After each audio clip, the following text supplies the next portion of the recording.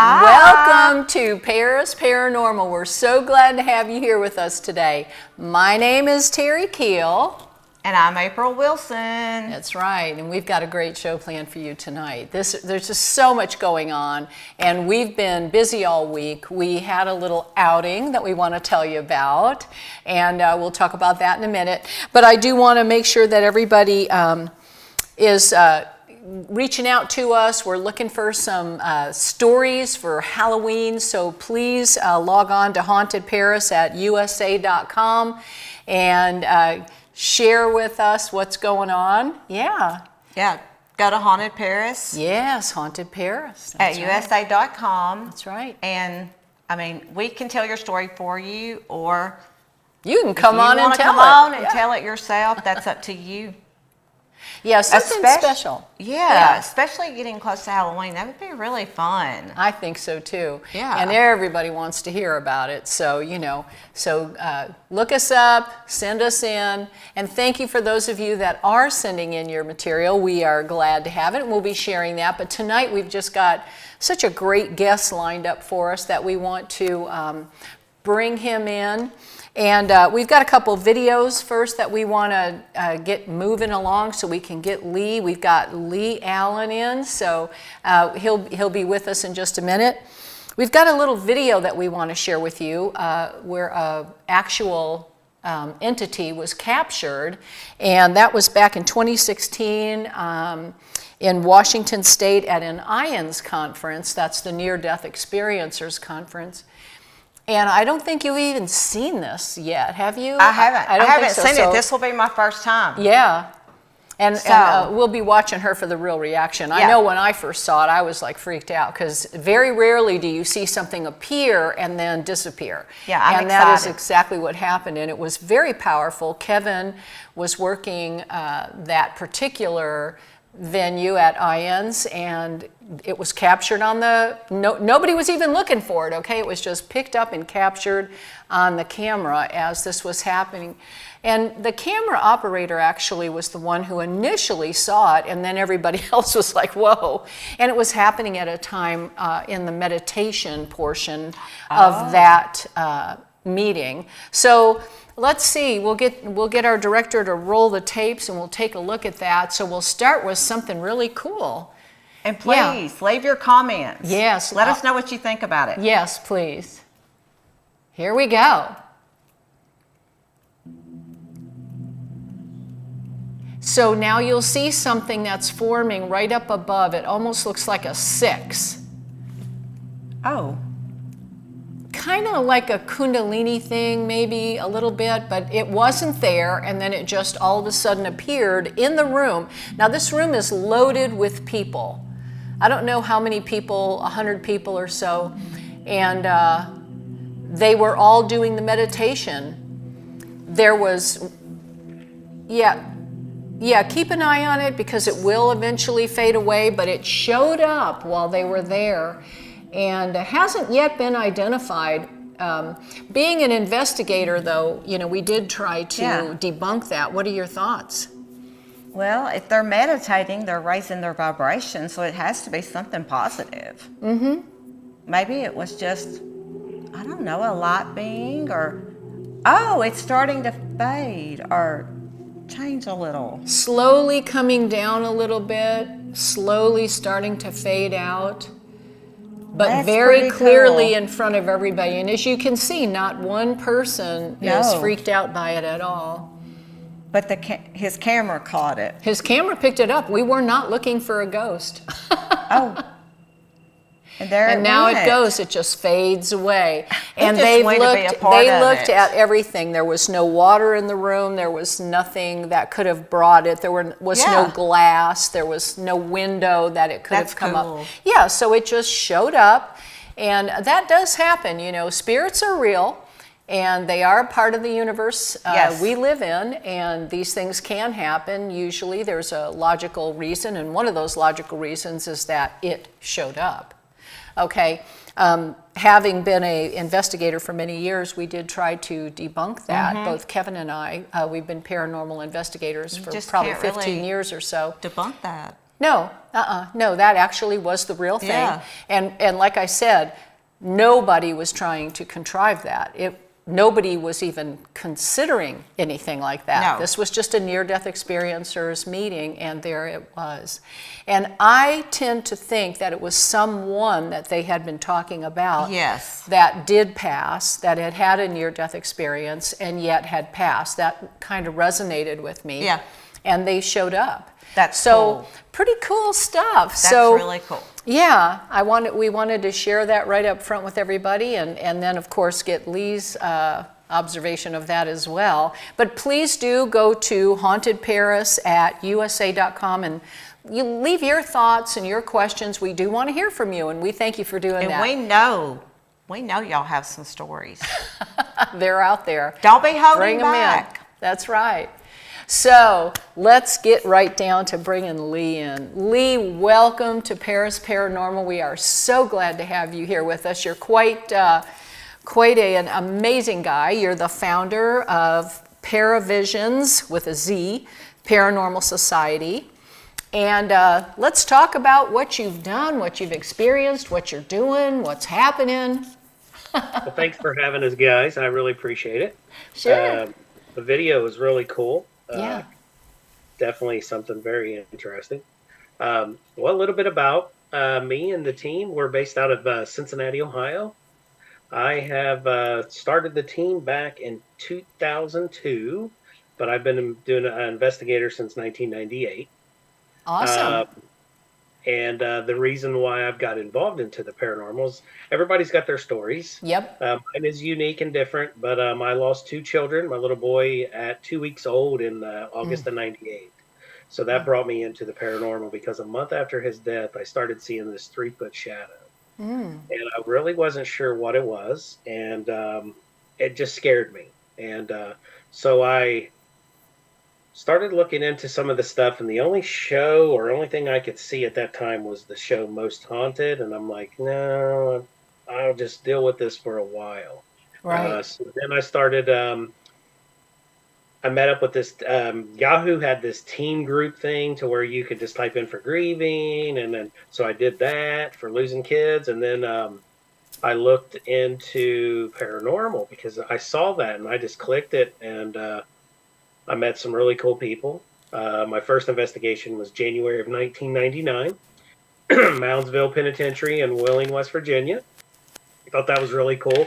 I had an analog recorder, I had a digital recorder, and I had a C battery flashlight and a little tiny HP camcorder that had probably a 1x1 inch screen on it. We've had them all. Yeah. And so I was investigated there, and I got drawn into it, and so as time went by, I did a lot of residential cases. Then in 2000, my daughter was born, and she was born with my son had hypoplastic left heart, and that's left side of his heart wasn't fully developed. Right. And Okay. I'm sorry.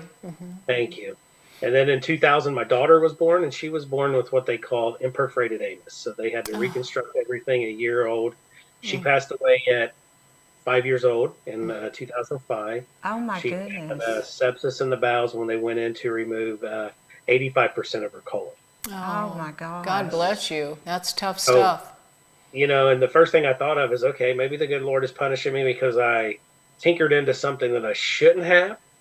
As the paranormal at the time, I really was like, okay, he's taking both of my kids. Oh, no.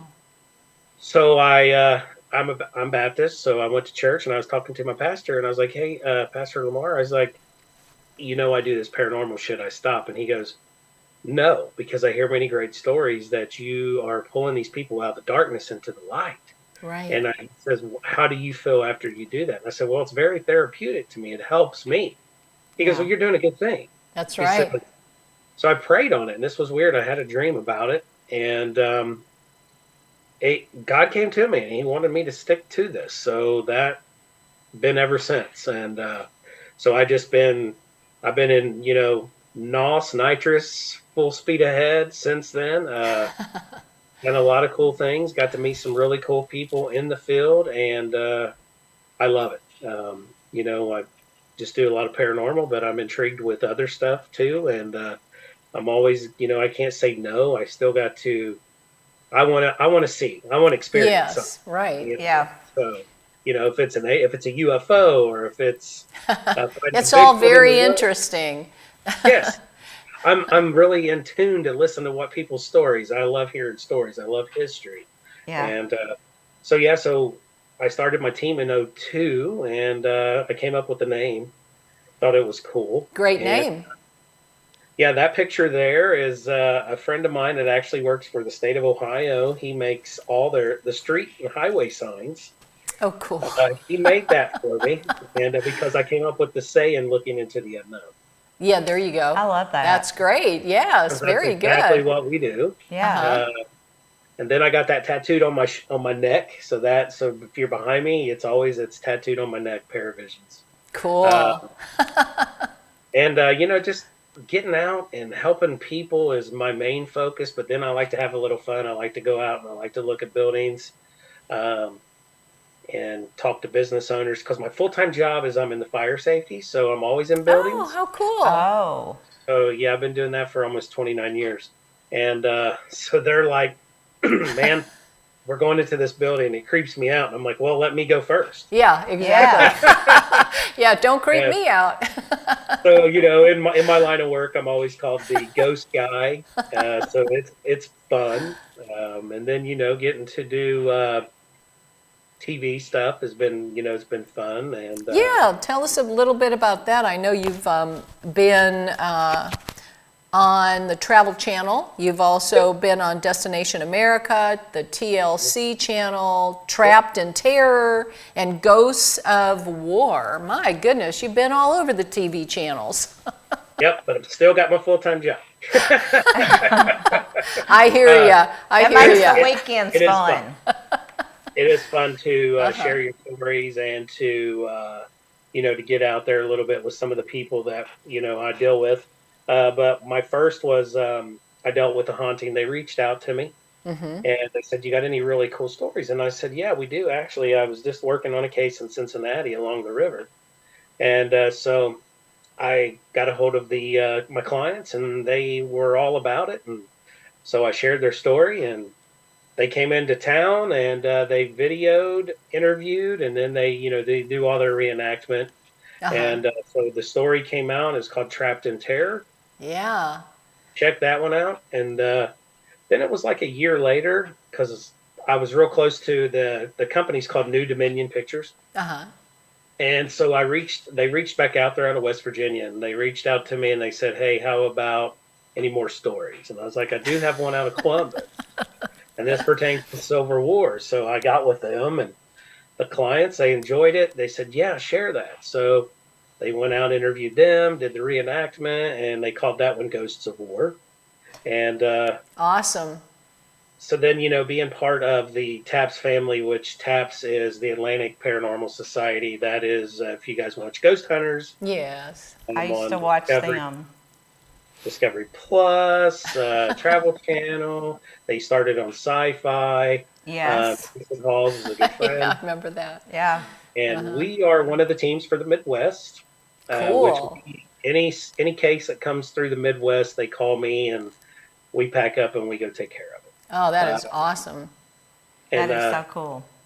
I also do ghost classes in a little local town here called Waynesville, Ohio. It's one of the most haunted villages in Ohio. Ooh, fun. It's a Quaker town. Oh, wow. And there was the museum we do 3 classes a year. And back in 2004, I decided, the shows were coming out then. They were getting hot. People were intrigued by paranormal. We wanted places to investigate. We don't charge for our services. Right. So what I did is I started reaching out to a couple historical societies. And I said, "Hear me out. If you got a few minutes, hear me out." I was like, "You guys are all volunteer. Now, if anybody's listening, jump on this. This is great for your area. You've got a cool building or several buildings. People are intrigued by the paranormal. Let us come in and do a ghost class / investigation. And you can charge whatever you want. If you want to put food involved, drinks, whatever you want to do, all money goes to your building because you need the money to keep the building going, to keep the history going. Oh, that's a great idea. So we did that. Yeah. And I started in 3 little areas, and it finally, they were all talking word of mouth, and it got up to Columbus, Ohio. That's the capital of the Historical Society. And I got an interview to go up there and talk to them about what I've been doing down here in the Cincinnati area. And they asked me to take over all the counties doing that. I looked at them and I said, I'm sorry. I cannot do that because Yeah, that's are overwhelming. we're a small group. So I stuck with Waynesville, and we do 3 classes a year. We do one in the spring, the summer, and we just did one 2 weeks ago. The National Ghost Hunting Night. And so then as I was doing one of those back in 2020 before COVID, the lady that runs the Waynesville, she goes, hey, there's a young couple that bought the old church down the hill. They turned it into a store called Buckeye Charm. You can look it up on Facebook. It's a really cute little country western apparel for women. Yeah. And I was like, yeah. So I reached out to Adam and Jonna, the owners, and so they just got it. And we went down, and me and my wife, we went down to check it out one night. And so when we done that, I caught a thermal shot outside of the grotto. Awesome. Somebody kneeling down, and went back to do it again. It was gone. Yep. So I was like, and we were getting activity left and right through the entire building. It used to be an old Catholic church. Mm-hmm. So I was like, do you guys want to be on TV? They were like, yes. So I was like, let me get a hold of some people. Production company will be calling you. So I reached out to Jason, and I said, Jason, I've got this cool story, this case. It's here in northern Cincinnati. Oh, I'd love to get back there because we did investigations at Kings Island. Mm-hmm. And I'll get to that.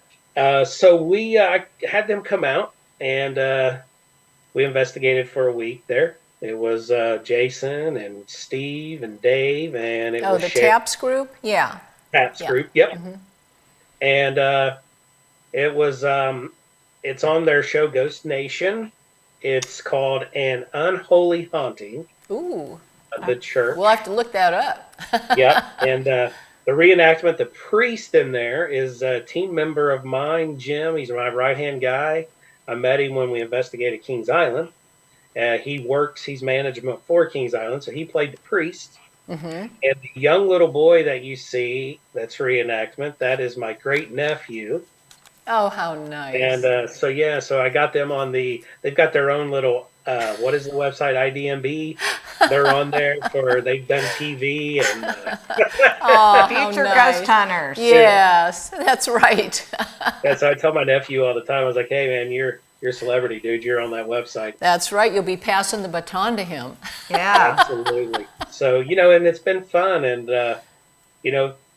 so that's where that took off. And, I want to go back a little bit. In 2005, I get a call out of nowhere from Kings Island Amusement Park. People know it. We wanted to talk about that. Yeah.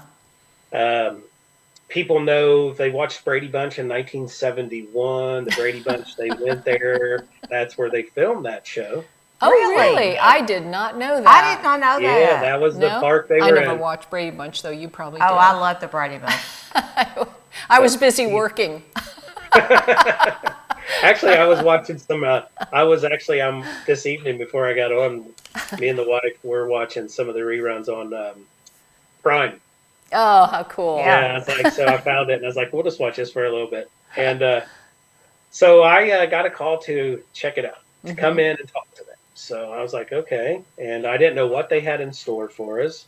So they asked us when we got there, there was a group of people across the table, all management. And the big guy, he goes, hey, I'm glad you guys came. I've looked you guys up. You're very reputable in Cincinnati, around the surrounding areas. And I want you guys to investigate the park. You've got it for a week. It's the first week at the end of August when they shut down from the summer. Oh, You have okay. Monday night, Tuesday night, Wednesday night, Thursday night, and you have it from 8:30 p.m. to 4:30 a.m. Had they been having any paranormal activity at that time? Yes, they've had paranormal Okay. activity dated in the security book logs Oh, nice. back to when they opened in the 70s. Um, so I was like, well, that sounds fun and all, but we all have full-time jobs. So we made it happen. And he goes, there's a reason I want you guys to come in and check everything out in the park. He goes, is because I want to put this on Ghost Hunter Show. I would love for them to come in and investigate the park. I was like, okay. He goes, and your team will have full access to anything you want, wherever you want. You'll have a set of keys, a master set. There'll be only 2 of my employees in the park. That'll be 1 security guard cruising the park, but he's going to be mainly in the parking lot, not even in the park. And the security lady that sits in the building at the entrance that watches cameras. And then your team's in the park and I was like, oh, this is cool. So, Week's vacation. Was it really cold at that time, or was this a hot time of year? No, it was end of August, 1st September. Oh, it so it was warm. really hot. Okay. Yeah. Here it still can get in the 80s. Yeah. So we had full access to every building, every roller coaster. I mean, if you've been there, you've rode the Beast. I actually walked the Beast. I've went around the Helix. There's a lot of stories that happened that I can't share because I signed I tell non-disclosure. people, yeah, and it looked like the size of a phone book. And when I explain Oh, that to Lord. younger people, they don't know what a phone book is. Yeah, right. But it was pretty much giving them my blood. Yeah, right. I will go to my grave and not share these stories. Good But for you. you can still Google certain stories. If you just type deaths at Kings Island, Cincinnati, you will see certain things. Ooh, yeah. But we got to investigate everything. And now, see, the park there's 378 acres. Wow, It goes all the that's way. massive. They only use 172. That's still massive. Yes. They're bought out now by Cedar Fair, which owns Cedar Point up in Sandusky, Ohio. And they're going to grow. They're going to go put more roller coasters. The bigger, the better every year. Yikes. So the park actually started as a farm, and it was the Hoff family, Hoff. And if you're on the train leaving the amusement park to the water park, there is a fort that is still there, but behind the fort is the actual original farmhouse.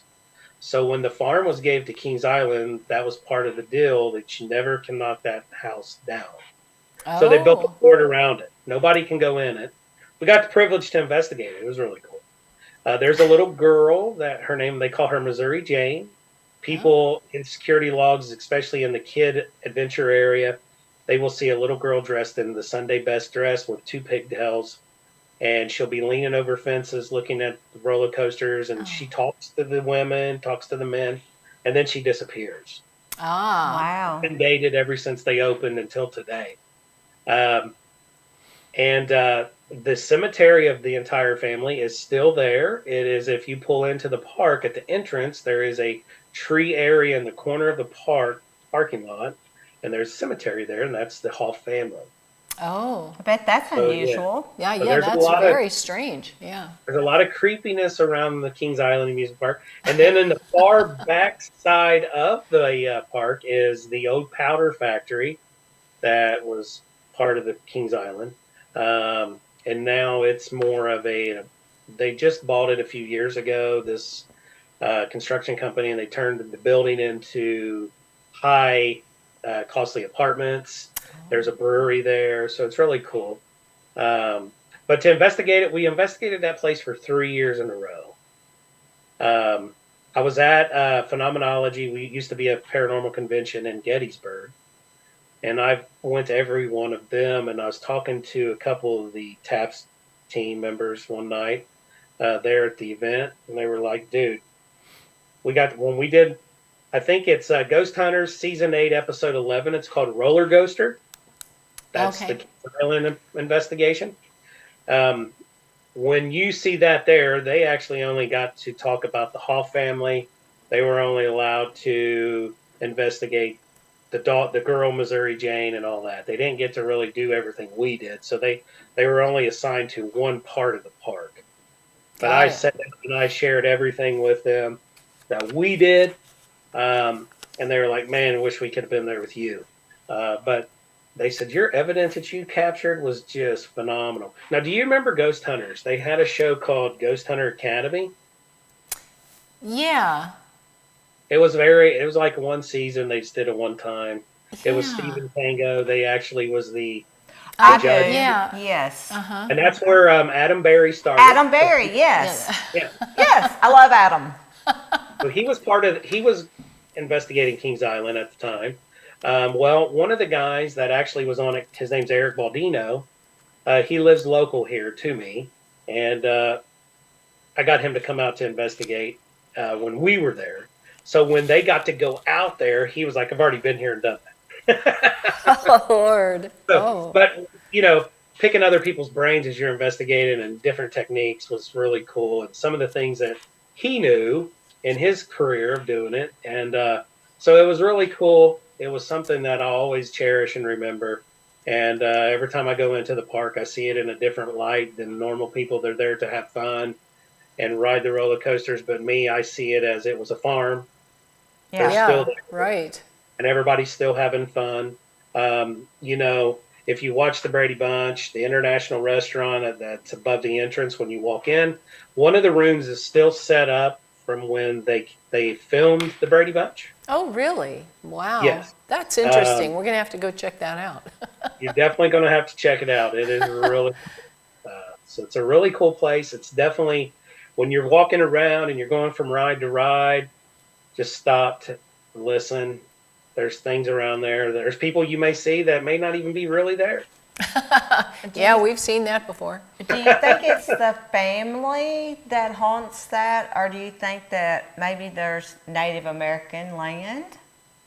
I think it's a lot of not just a lot of the family, but it's a lot of the people that has died in the park. Oh, okay. Yeah. There was a lot of deaths in the park. And here's a little thing that Kings Island never did. And Jim, my friend Jim, when he was there that night, he came with me the first night to investigate. He's been hooked, and we're best friends, and now he's part of my team. He said that finally Kings Island is starting to get rid of some of the stuff, like some of the stuff that the deaths happen. They kept it in like this graveyard wooded area. Kings Island used to be called Hanna-Barbera, Scooby-Doo and all that stuff. They still have all that stuff back there. Mm-hmm. I talk with my hands. I'm sorry, guys. No, that's great. And, I'm loving it. So that is all. A lot of that history is still there. They do not get rid of anything. And, That's so cool. The first night Jim and I were there, one of the number one things is Missouri Jane. If you're in the water ride, in the tube, in Tower 2, there's 3 towers that they will shoot water at you. And so when Tower 2 is right at a curve, so when they hit that curve, they got to go up this like roller wheel thing to move quicker. And people say when they look up in the Tower 2, they can see a little girl. And they describe her with the pigtails, the dress, like, why is she up there dressed like that? Well, that's her backyard. Yeah. Because the farmhouse is literally 500 feet from there. So that's her backyard. So we investigated that tower. That was the first place I wanted to go. And what I did is I split my team into 2 teams. And I said, okay, I want you guys, we had a map, just like what they give you when you go into the park. We drew it out. I said, this is so cool. I was like, I want you guys to start over here, and we're going to work our way back here, and we'll meet in the middle. And so we were in the Tower 2, and I latched. It was just one of them little latches, to keep the door closed. Right. There's 2 side windows and a front window. And we're just asking questions. I got a recorder. I got a recorder sitting outside on the stairway. It's like 18 steps to the top to get in. And I had a recorder sitting out there on the rail, and I had a recorder inside, and the other guy, he was videoing, and we heard 2 steps. And then it felt like somebody pushed against the door to keep it closed. And I'm like, are you out there? So I went to grab the latch to try to lift it, to slide it out, slider. I couldn't move it. And I looked at Jim and I looked at the camera and I was like, so the guy at the camera, he's looking around. He's like leaning out of the tower and he's looking around with the camera and he can't see nobody. Both sides. Jim's doing the same. Couldn't see nobody. Get in. And Jim goes, let me try that. And we're talking. As we're talking, you hear a giggle. You hear one step. Jim finally gets the lock to unlock, opens the door. And then as soon as the door opened, you heard like, because it's just gravel at the bottom, you heard the gravel like someone running, gone. So I was like, there's no way. Yeah. It's 18 steps. We only heard one going down in gravel. Right. She was having fun with you. Yeah. Oh, she was having a blast. And, Yeah. she probably stood back and was laughing. And we're over there like, I'm a little terrified, but all excited in one. So, this is cool. We're here within 2 hours and we're getting this. That's amazing. There are so many things that can happen. It's always interesting. We've got story after story as well, of things that just blow your mind, that that couldn't have happened. There's no way. And you try to debunk it. You look at every way you can to see why did that happen like that. But it's the voices also that are very telltale in that. If you're lucky enough to catch something like that, it really is interesting. And I tell people that's new to the field or, has been in it and maybe they're not getting the activity. I was like, well, here's what happens when you least expect it. It is always when you least expect it. Yep. Go ahead. You had said you worked with Jason, Steve, and Tango, and Steve cracks me up because he's so scared of spiders. It's real. He's scared of cobwebs. If there's a spider, the cobwebs, he's out. Yeah. That's funny. That is so funny. Yeah, he would not go into the basement of the church. He goes, no. Oh my gosh. Because he saw the webs. Yeah, he wouldn't do well with us because we're out in the woods. Yeah, he does not like the spider. Yeah. What is all this? You want to go? It's fun. Yeah, you just cover your head and just go. My son Jason grabbed a spider and ate it because it was so big, and I'm like, He goes, well, I knew you'd be afraid of it, so I just got rid of it for you. Oh God, Lord. No. I know. Oh, in man. the green swamp, no less. I don't like to kill them, so even in the house, my wife, I'll come down in the morning, she'll have a cup over. I know it's a gosh, yeah. I do that stuff. I Put a like to bowl take over it. Yeah, and I'll just take it back outside. That's where he belongs. Yeah. They were there before us, right? Yeah, they can stay there too. So you've also got something coming up for This Friday. Friday the 13th. Yeah, Yes, that's this Friday, week. guys. And it's the Sorg Theater, the Opera House Investigation. That's the one that you said was sold out. And Yes. tell us a little bit about that place. I'm not familiar with that. Okay. Well, That's also in Ohio, correct? That's in Middletown. That's the town that I was born and raised in. Oh, wow. I live in Trenton, just the town right outside of Middletown. Mm-hmm. But we've, in the past, I've had an office there because I've done a lot of investigations and stuff with the owner of the Sorg Opera Theater. And so he goes, hey, man, if you want to do your ghost stuff there, that's fine. So he gave me a little space, and I would just promote it, on all social media at the time until we stopped doing it because he had passed away. And then they sold it. And so now we're getting the opportunity to come back in. So it's located in Middletown, Ohio. It's called the Sorg Opera Theater. And it was built, the gentleman, his name is Paul Sorg. He is one of the founders of Middletown. His house is right down the street on the opposite side of the street. Every brick was shipped over here on a boat from England.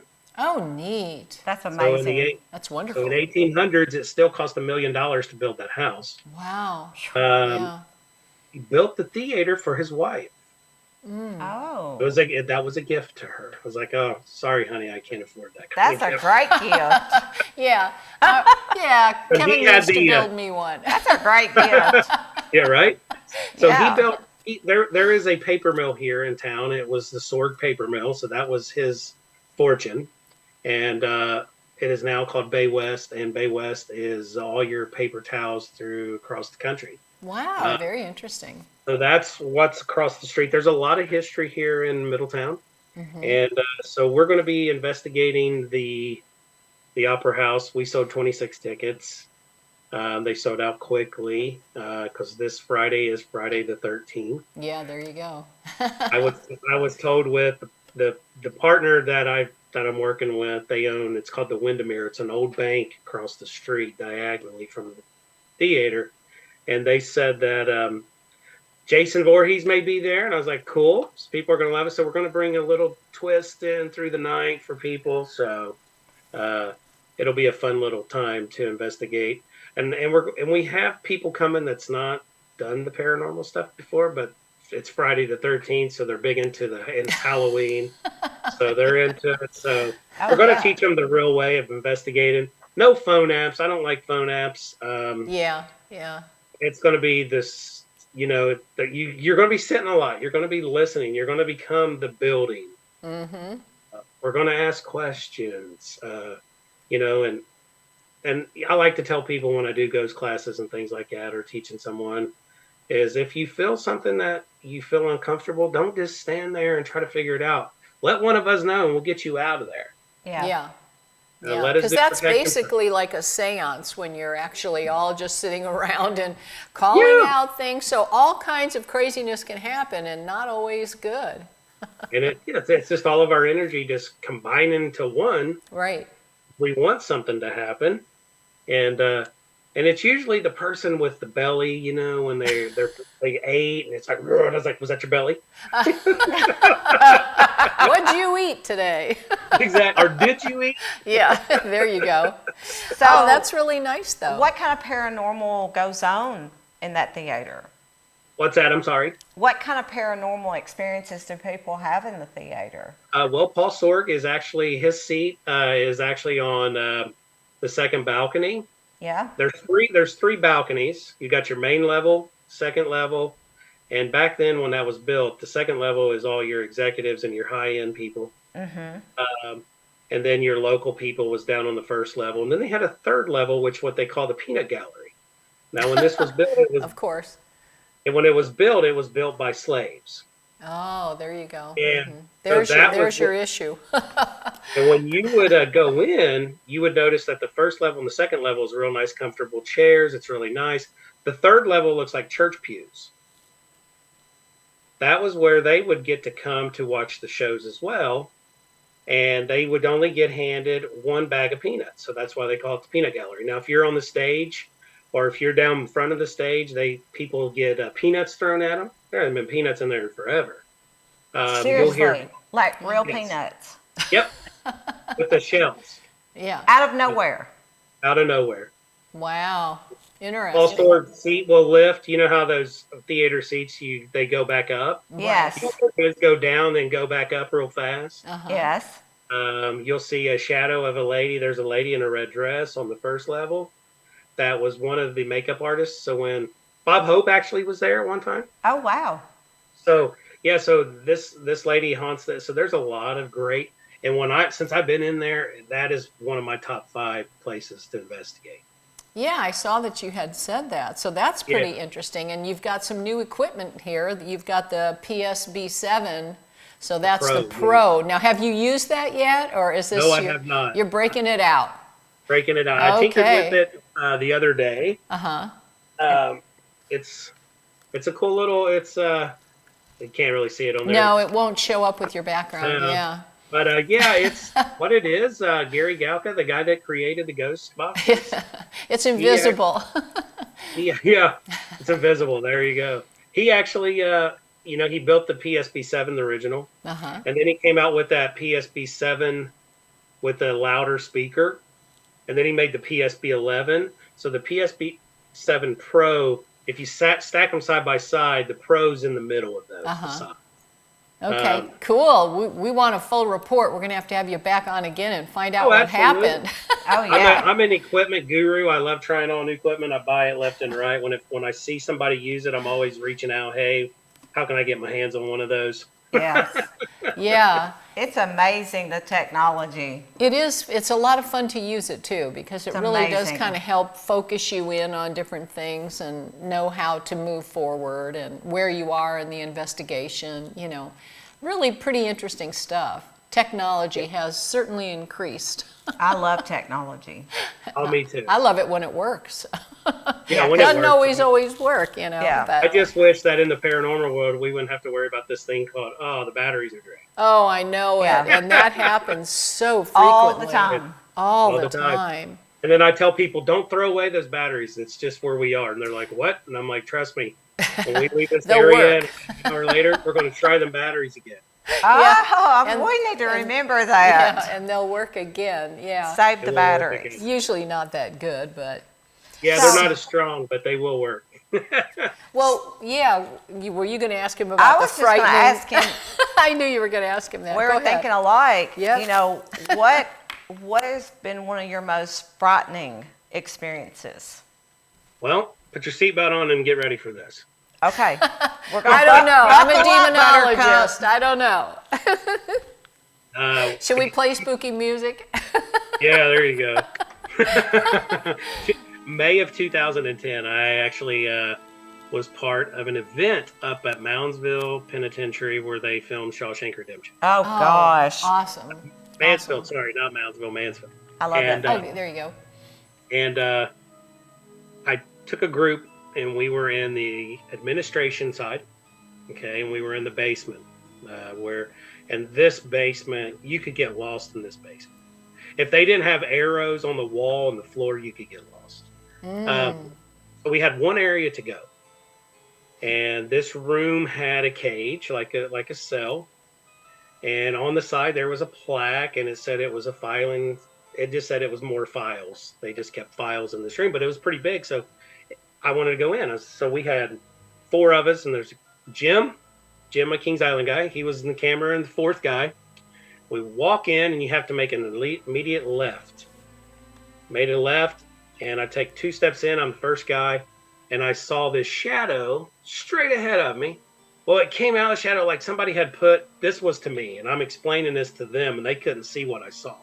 But it looked like somebody had put a flashlight right above this shadow, and I saw this guy.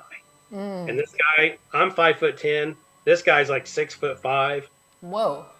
He had a flat top haircut, and he had the black glasses like what I've got, the Ray-Bans. He had a white T-shirt, a gray jumpsuit. I read his inmate number. This was before I knew I was an empath or anything. And I'm reading his number. Jim's recording this. He had bright white socks with black dress shoes, real shiny. And the jumpsuit was real high. So it was really high. I was like, man, that's a floods. He's wearing floods. And he came towards us, and he stopped. And then I'm talking, and then all of a sudden he turned and he went into this room that had a light on.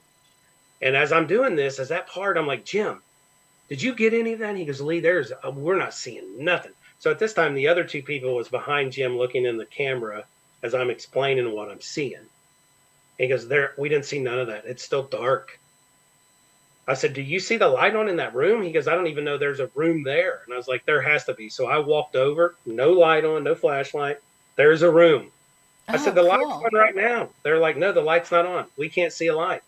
As I walk in, I just go in, I look, and as I turn to look at the group, the dude's arm and this part of his arm from here down touched me. And I went, oh. And I explained what I saw. He was hanging. Oh, wow. So we took this all, and I went upstairs because that was it. And I took them through the entire administration side. And we stopped in a hallway, and I called the guy, Scott Sokol, that ran it. And we had a 2-way. And I said, hey, Scott, where are you? And he said, I'm in my office. I walked him to his office. I did not know where his office was, but I walked him directly to as we're walking the hallway, I described what I was seeing in the hallway. It was green wallpaper with a floral design. There was this wainscoting that was probably about 5 foot high with this gold crown trim above it with the green wallpaper. And then I saw 2 pictures. I saw the warden and his wife. All of a sudden, I opened Scott's door, and there he sits. And he goes, wait, how did you find my office? I was like, I just knew where to come. And he goes, sit down. I sit down in the chair. because we explained what I picked up, and I gave him the inmate number. And he hands me a bottled water out of his little refrigerator there, and he goes, he threw me a manila folder because they have all the files from everybody that was there. He goes, open that up and read that. So Jim's recording this. I'm reading, this guy was in there just for robbery, nothing major, but he was in prison. And he was here from 1955 to 1957.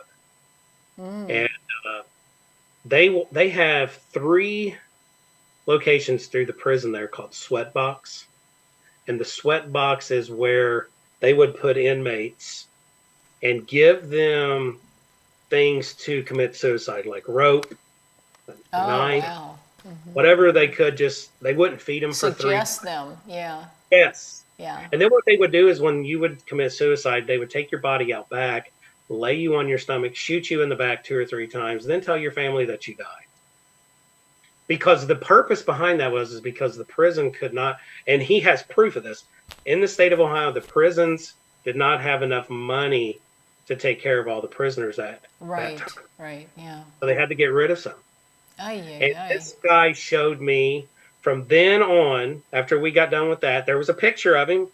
And Jim goes, is that the guy you saw? And I just start tearing up. I'm like, he's still right here. He's right here. He's telling me his story. So through the whole night, he's guided me through where he showed me his cell. And in that paper was right where his cell was. He showed me it was in this room up in the administration side by his conference room, where he actually heard what they were doing to him before it happened. Oh, how sad. My God. Very sad. And he said that there was a news lady there one time, like a year before me, picked him up once, but very faintly down in that room. And he's got documentation, so he showed me. But because everything that people document, he writes it down.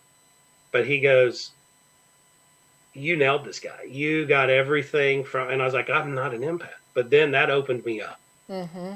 Wow. So now everything that I do is, I have the abilities now. But that was that was the big, whoa. And I'm just like, he was definitely reaching out to you and telling you, this is what happened. That actually does happen to a lot of people, and that's how some people that I know find working with the police departments, cold case files. They actually can find people and figure out what happened to them, because some people have that same kind of gift, that you have, and it is. I don't know if it's a psychic ability, if it's empathic, what exactly it is, because everybody has different degrees of those gifts. Some people are dead on all the time. Some people are hit and miss. But obviously you've had that happen to you. It's kind of frightening in a way, but it's really awesome in another way. I don't know that I would want that, but I'm real sensitive, and I'm not a psychic. Once you become aware. Yeah, and you're in that realm. And you start to become more aware. Yes. Yeah. It gets stronger if you just pay attention to the nudge. And now to me, I don't know everything 100%. I have a medium on my team. Her name is Teresa. I'm losing your audio a little. Did you turn it down? No, can you hear me now? Yeah, a little better. Yeah, there you go. Okay. Now I pick up more, emotions. I can just shake your hand, or I can stand beside you, and then I pull you to the side, and I'm like, something okay, and I do. That's more of what I do now. But I'm not 100%, and it is frightening sometimes. Yeah. And but I'll take it because it helps the team. It helps my clients. But then when we went back to Mansfield a few years later for an event, I wanted to investigate that area where I saw him, and Scott says that he's never been back around. Nobody's ever picked him up, so go ahead and see. And I didn't get him. He didn't come. So maybe I freed him. Maybe I he told crossed him over. Yeah, I said, you don't have to stay here anymore. You But I think were he able wanted to his tell story. his story. He wanted a story told from somebody. Yes. And it was my night to do that, and it's all documented, and they have it in their files now that, as each time, different people pick up different things. And That's right. That's right. awesome. I picked up his whole entire story in one night, and it blew me away. And we wanted to take breaks that night when I picked him up the first time.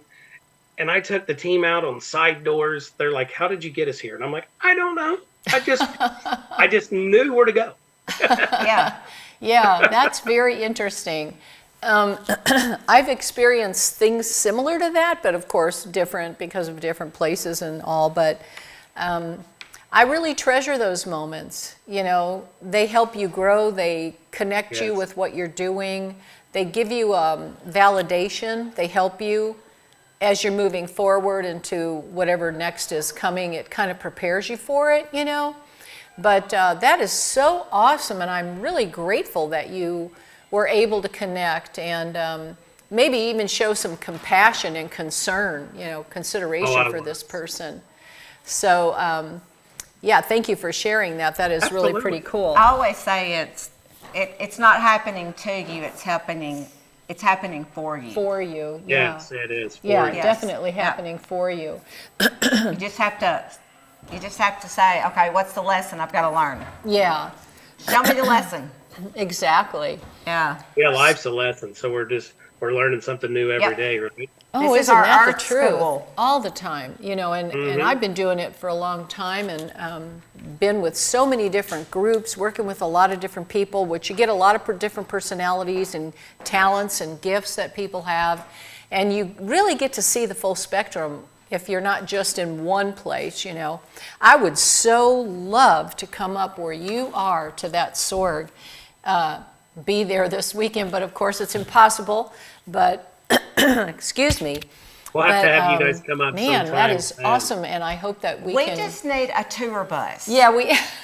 There you go. So if there's somebody out there that wants to give us a tour bus, we'll Yeah. paint it up Paris Paranormal, Yeah. and we are going on tour. We'll head out to all these cool places Wouldn't that we be hear. fun? right. Oh, that would be so cool. Yeah, give us your bus. We're here for it. Yeah. Yeah. Well, and we've got All Paris donations Paranormal coming accepted. up. With Enigmatic Anomalies. That's going to be in March of 2024, and I'm hoping that Lee will be available for that, and we'll get you down and get some Absolutely. stories, Yeah. get to know you a little Yeah. better. And yeah, that'll be March 8th through the 10th, I believe. We've had to move it a few times. Different things came up with the convention center It's a we Friday, were at. Saturday, Sunday. Yeah, and it's going to be a lot of fun. We're really looking forward to it. And again, it's EnigmaCon. And you can find out all about that at hauntedparis@usa.com. So if somebody wanted to reach out to you, Lee, how could they reach out to you? Just go to your Paravizionz Paranormal Society? Yes, I'm on Facebook. I'm on TikTok. There you go. Our website's right there above. It's a Wix site. So he's got it all nice right there for you. Yep. And just reach out to us. Paravizionz 1275 at wixsite.com. There you go, / Paravision Paranormal. Paranormal. There Yep. you go. Yep. And our email's on there, so just send an email to us, and we answer them right away. You can also go through the AtlanticParanormalSociety.com, and you can find us there. That's TAPS. Yeah. Jason Holmes actually still runs that website. Okay. Yeah, so we're always just right there, just a phone call or an email away. Awesome. That is so exciting. Well, thank you so much for being on Yes. tonight. I Absolutely. still I've want to been keep on it. going, but we're at the top of the hour, so Yeah, we do and I have to got so kind of many end here. stories. But I'm really looking forward to you coming, and hopefully some of your team can come along with you. That'd be fun. Yeah, well, Absolutely. we'll take you over to LBL. There we go.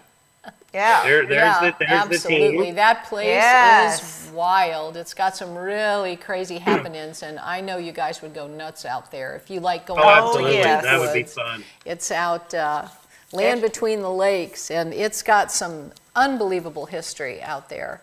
And things are happening all the time. And we're looking for local places here in Paris that would like us to come in and do any investigation, Paris Paranormal. So reach out to us, and again, just go to hauntedparis@usa.com. If you're interested in having us out, please get in contact with us. We'd love to do that. And just know this, that when things do get really frightening and things are happening that you don't understand, reach out to us, because we do work with the Lord, and we know that we can bring answers and safety to you and show you what you can do, because you really have a lot more power than you think you do. And you can handle these things that happen, because they do happen. They happen everywhere all the time, which is proof. We've got thousands upon thousands of paranormal groups out there that are seeing things, hearing things, you know, documenting things that are happening, just like Lee and his team, and TAPS and all the other ones that you watch. I know we got a lot of fakers out there from time to time, but not so much anymore. I think people kind of are on to all that now, and they put that down, you know. But we did have a lot of fakers for a while. But now it's more just, you know, those folks that are real. You know, the people that it's their passion. Right. Mm-hmm. Yeah, I mean, you can see it, feel it, you know it. Right. Yeah. And I'm looking for people, get in touch with us if you're watching tonight, that have had experiences where they've worked with the police departments finding cold case files and things like that. Excuse me. And if you're watching, reach out to us. We'd like to get you involved. We're thinking about doing something special with the Halloween coming up. And also, if anybody out there has had a good story, don't forget, reach out to us. We'd love to have you share your story with us right here.